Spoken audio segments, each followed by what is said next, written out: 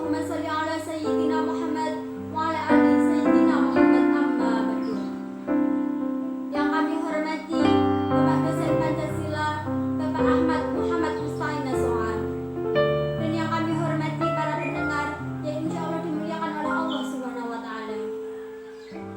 Yang pertama, marilah kita panjatkan puji syukur kita kehadiran Allah Subhanahu wa Ta'ala yang telah memberikan kita rahmat, kenikmatan, keberkahan kepada kita semua.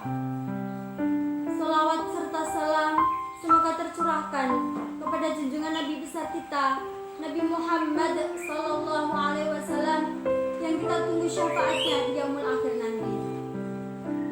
Selanjutnya, saya berdiri di sini akan menyampaikan sedikit materi ceramah mengenai Pancasila dalam pandangan Islam. Pancasila merupakan ideologi negara. Pancasila sendiri yaitu berasal dari bahasa Sanskerta, dari kata panca yang artinya 5 dan sila yang artinya dasar, sehingga Pancasila bisa diartikan sebagai 5 dasar yang berisi pedoman atau aturan tentang tingkah laku yang penting dan baik. Selanjutnya, Pancasila dirancang sebagai ideologi pemersatu sehingga substansinya harus mampu mengakomodasi seluruh rakyat Indonesia. Harus mampu mengakomodasi seluruh rakyat Indonesia yang terdiri dari berbagai macam suku, etnik, budaya, dan lain sebagainya. Pancasila merupakan asas hukum beragama di Indonesia dalam merajut kehidupan berbangsa dan bernegara. Untuk itu, prinsip agama tidak bisa dilepaskan dari substansi pada sila-sila Pancasila. Selain itu, Pancasila mempunyai kedudukan dan fungsi di Indonesia, yaitu sebagai jiwa bangsa Indonesia, sebagai kepribadian bangsa Indonesia, sebagai pandangan hidup dari bangsa Indonesia, sebagai dasar negara Indonesia atau fondasi Indonesia, sebagai sumber dari segala sumber hukum yang ada di Indonesia, sebagai perjanjian luhur pada waktu mendirikan negara, dan sebagai cita-cita dan tujuan dari bangsa Indonesia. Sila Pancasila yaitu yang pertama, ketuhanan yang Maha Esa. Sila pertama ini mengandung nilai bahwa kita sebagai rakyat Indonesia, sebagai seorang muslim harus mengakui bahwa Tuhan Maha Esa. Sila pertama ini dalam Islam sebagai agama yang sempurna tidak menentang pada sila pertama. Terbukti banyak sekali dalil-dalil Al-Quran dan dalil hadis yang menegaskan mengenai sila Pancasila yang pertama, yaitu ketuhanan yang Maha Esa. Dalil Al-Quran tersebut yaitu pada Quran surat Al-Ikhlas ayat 1-4. A'udzubillahi minasyaitonirrajim. Bismillahirrahmanirrahim. Qul huwallahu ahad. Katakanlah, dialah Allah yang Maha Esa. Hal tersebut menunjukkan kepada kita bahwa Islam sebagai agama yang sempurna mengakui bahwa Tuhan Maha Esa dan mengakui bahwa sila Pancasila yang pertama tidak bertentangan dengan ajaran Islam.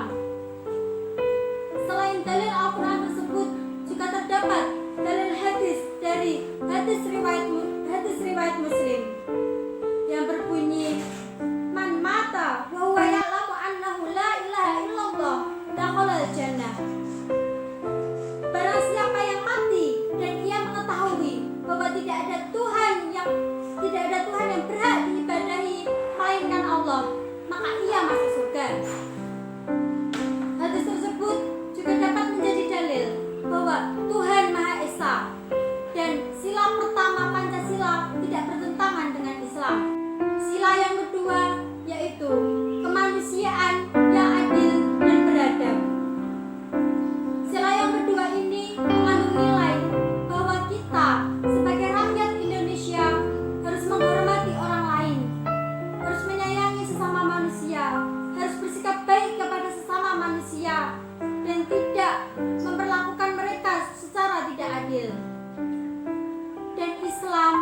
sebagai agama yang sempurna, tidak menentang adanya sila yang kedua ini, terbukti banyak sekali dalil-dalil Al-Quran dan dalil hadis yang menegaskan bahwa sila kedua tidak bertentangan dengan ajaran Islam.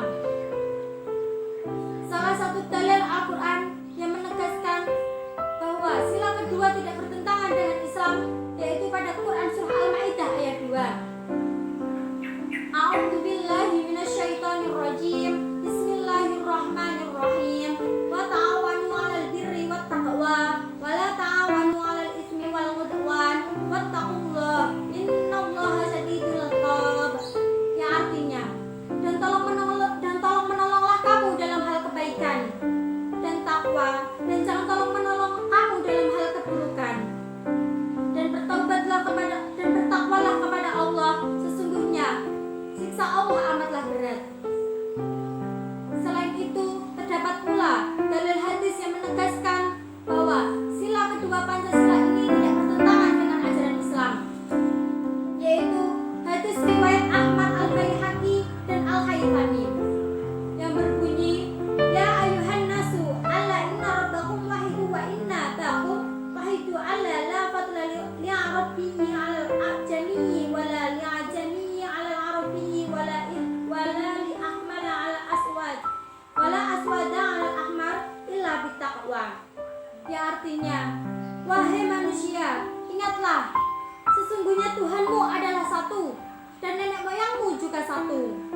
Tidak ada kelebihan bangsa Arab terhadap bangsa-bangsa yang lainnya, dan tidak ada kelebihan dari bangsa lain terhadap bangsa Arab. Tidak ada kelebihan orang yang berkulit merah terhadap orang yang berkulit hitam, dan tidak ada pula kelebihan dari orang yang berkulit hitam terhadap orang yang berkulit merah, kecuali takwa. Hadis dan dalil Al-Quran tersebut menjadi bukti bahwa sila kedua Pancasila tidak bertentangan dengan ajaran Islam. Selanjutnya yaitu pada sila ketiga Pancasila yang berbunyi Persatuan Indonesia. Sila ketiga ini mengandung nilai bahwa kita sebagai rakyat Indonesia harus menjaga persatuan Indonesia, harus rela berkorban demi bangsa Indonesia, harus meletakkan bangsa di atas segalanya. Sila ketiga ini juga tidak bertentangan dengan ajaran Islam. Terbukti banyak dalil-dalil Al-Quran dan hadis yang menegaskan, yang menyuruh kita untuk menjaga persatuan Indonesia. Di antara dalil tersebut yaitu pada Quran surat Al-An'am ayat 153 yang berbunyi, A'udzubillahi minasyaitonirrajim. Bismillahirrahmanirrahim. Wa anna hadza sirati mustaqiman fattabi'uhu wa la tattabi'us subula fatafarraqa bikum an sabilihi. Dzalikum wassaqum bihi la'allakum tattaqun. Ya artinya, dan sungguh inilah jalanku yang lurus, maka ikutilah. Jangan kamu ikuti jalan-jalan yang lain yang akan mencerai beraikan kamu dari jalannya. Demikianlah Dia memerintahkan kepadamu agar kamu bertakwa. Selain itu, terdapat pula dalil hadis yang menegaskan kepada kita untuk menjaga persatuan, yaitu hadis riwayat Bukhari dan Muslim. Al-mu'minu lil mu'mini kal bunyani yashuddu ba'duhu ba'da. Ya artinya, seorang mukmin dengan mukmin yang lainnya seperti bangunan, sebagiannya menguatkan sebagian yang lain. Dari dalil Al-Quran tersebut dan dalil hadis tersebut merupakan bukti bahwa ajaran Islam sebagai agama yang sempurna tidak menentang dengan sila Pancasila yang ketiga, yaitu Persatuan Indonesia. Sila yang keempat yaitu kerakyatan yang dipimpin oleh hikmah kebijaksanaan dalam permusyawaratan perwakilan.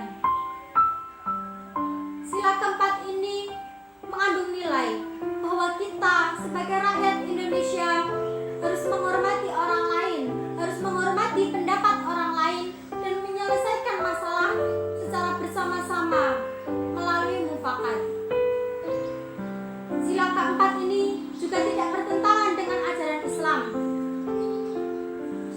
sebagaimana dijelaskan pada dalil Al-Quran, yaitu Quran surat Al-Mujadalah ayat 11 yang berbunyi, A'udzubillahi minasyaitonirrajim.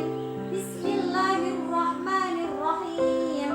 Ya ayyuhalladzina amanu idza qila lakum tafassahu fil majlisi fafsahu yafsahillahu lakum.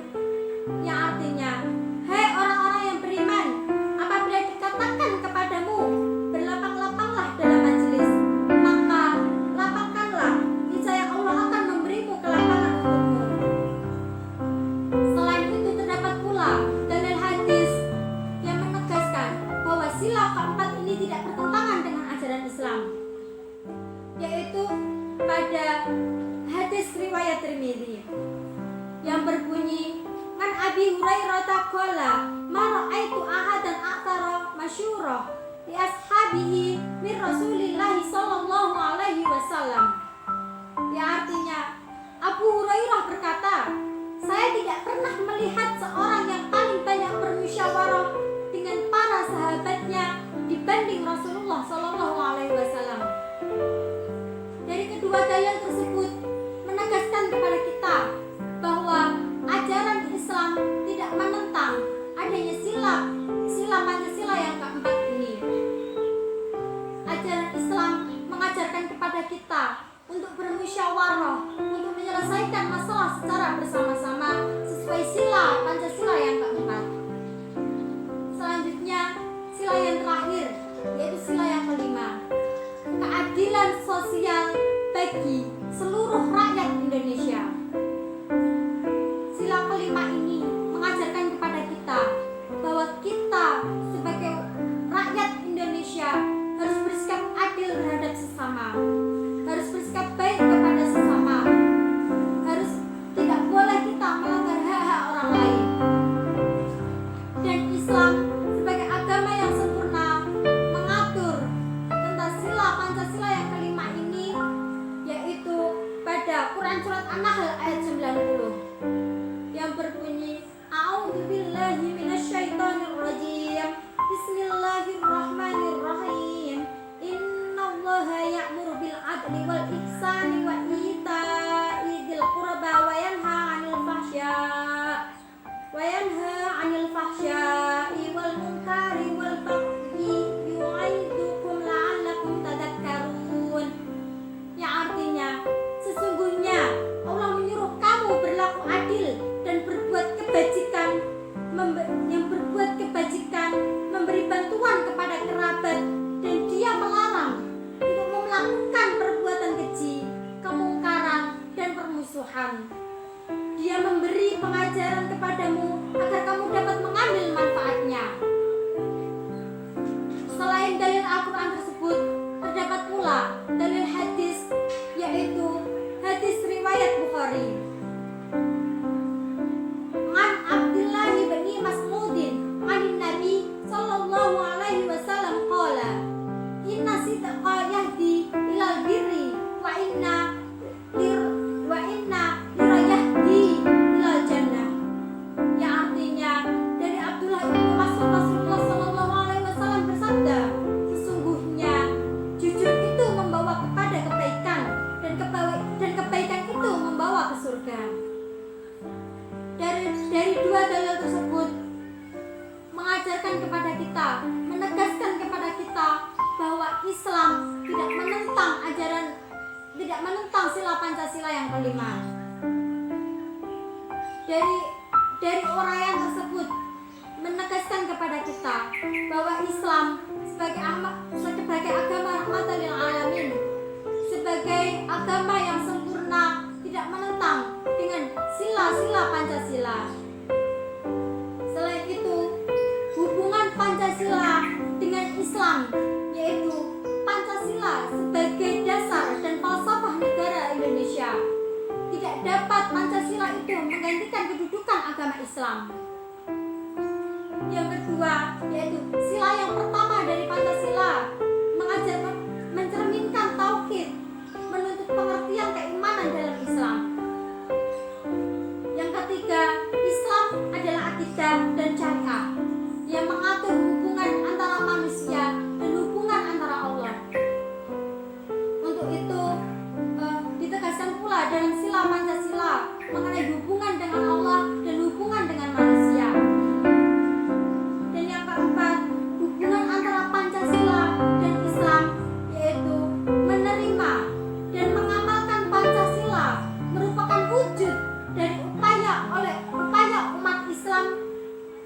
menjalankan syariat agama.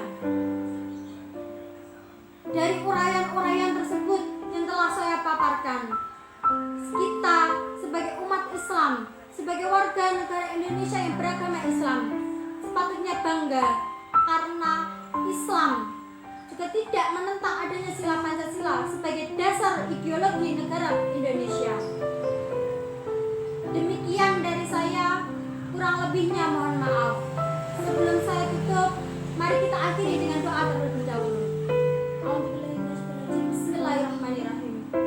Ya Rabbana tarafna bi annana tarafna wa annana asrafna ala al-ladha asrafna fatub alaina tauba taghsil li kulli hauba wastir lana al-awrati wa aminir rawati waghfir li walidina rabbi wa mauludina wal ali wal ikhwani wa sairil khilani wa kulli dhi mahabbah au jiratin au suhbah wal muslimina ajma amin ya rabbi asma fadla wajuda manna la biktisabin minna bil mustafa rasuli nahwa bi kulli sunni sallallahu wa sallam rabbi alaihi atal habbi wa alihi wa sahbihi adat tatasi surbi walhamdulillahi fil bad'i wa tanahi hamdan katsiran da'i mahabbatan masaim.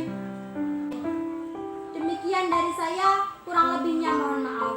Wassalamualaikum warahmatullahi wabarakatuh.